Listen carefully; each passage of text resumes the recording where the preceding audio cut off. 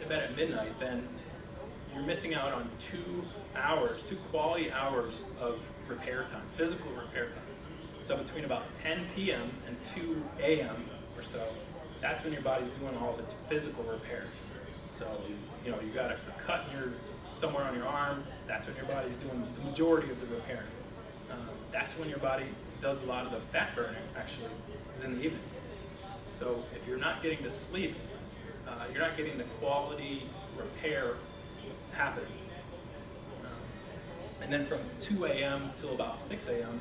is when all your psychogenic repairs happen. So we have all our dreams and our mind is categorizing things and working through traumas and all types of things. So the key is to sleep from 10 p.m. until 6 a.m. and just do your best to get on that rhythm.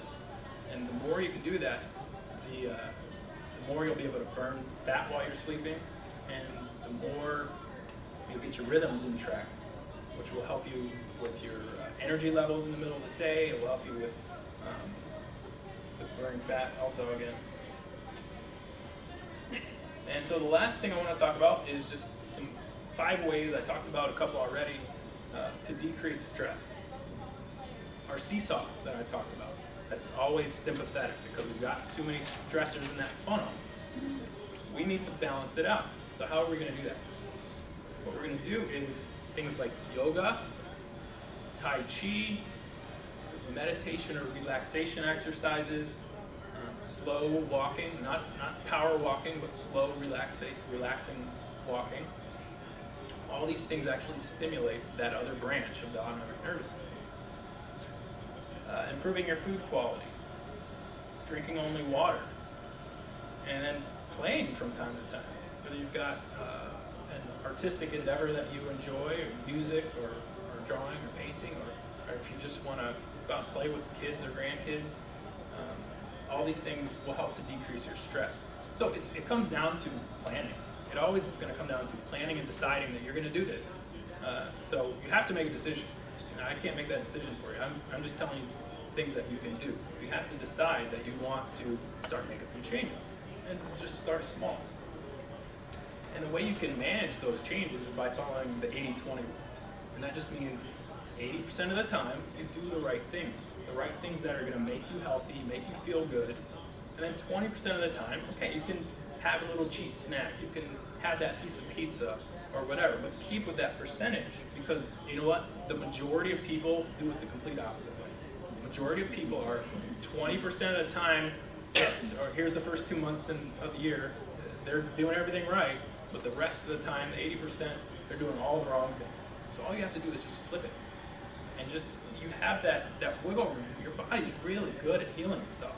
So if you throw a couple bad things into the mix, it's able to handle it. But you've got to stick to a balance that's more towards healthy stuff and not towards the bad stuff. So I'm going to open things up to some questions that anybody might have relating this to kind of what the topic is stress making your pants tight. But I want you to understand that stress is doing a lot more than making your pants tight. That was kind of just a buzzword to get you in here to explain to you that stress is everywhere, inside and out, and there's lots of stresses that you can manage and handle. It just takes some simple steps, lifestyle behaviors, the food that you eat, the air that you breathe, the way that you move your body, the way that you think, how well you sleep. All these things are going to affect whether you can lose weight and keep it up. So are there any questions anybody has specifically about stress or weight loss? And I like questions, so. You said 10 to 2 is the time period when your body's healing itself. What if you're kind of a little bit of a night person? Can you shift it 11 to, can you just go to bed at 11 and get up a little bit later in the day, or does that matter? There's a little wiggle room, and there certainly is something to being a night person versus a morning person. But that is more to do with, it probably relates more to mental activity.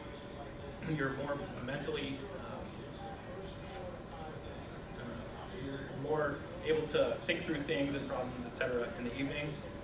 versus in the morning, wake up maybe just not ready to quite go yet. But it doesn't so much relate to the cycle of these hormones. There's wiggle, of course. I mean, it might be 10:30. It might be for some people their rhythm is 9:30. That's all individualized, but I would stay as close as possible. Certainly don't. I think by 11 p.m. that's pretty late. I would say maybe 10:30, and maybe 9:30 before that. But that's when all the physical repairs are happening. So it's not like your body's gonna not do the repairs. It's just how good is it gonna do it? And it's gonna do a lot better when you're in a resting state and your hormones are in their natural rhythm. Does that make sense?